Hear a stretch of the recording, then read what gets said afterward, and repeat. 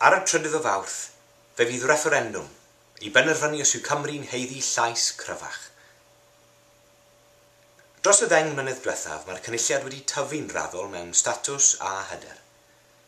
Ond mae'r system sydd â ni ar hyn o bryd ar gyfer creu cyfreithiau newydd sy'n effeithio ar Gymru'n unig yn un araf a chymleth. Mae gormod o arian a gormod o amser yn cael ei wastraffu yn mynd drwy rwystrau di-angen. Enghraifft, mae wedi cymryd dros 2 blynedd i basio cyfraith newydd bydd yn cefnogi gofalwyr a rheini sy'n dioddef a phroblemau iechyd meddwl. 2 blynedd.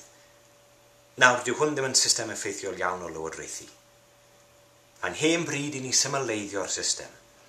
Ac fe fydd pleidlais ie ar y 3 o Fawrth yn symud Cymru ymlaen drwy gyflymu'r system yma o wneud penderfyniadau, ac felly'n galluogi aelodau'r cynulliad fwrw ati ar gwaith.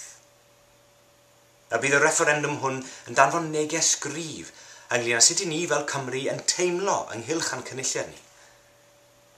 Does dim rhaid i lywodraethau datganoledig yr Alban na Gogledd Iwerddon ofyn caniatâd San Steffan i wneud cyfreithiau, a ddyle Cymru ddim gorfod chwaith. Dwi o'r farn a dyle cyfreithiau sy'n effeithio ar Gymru'n unig gael eu creu yng Nghymru. Gobeithio bo chi hefyd. Mae'n gwneud synwyr llwyr. Pleidleisiwch ie ar y 3 o Fawrth.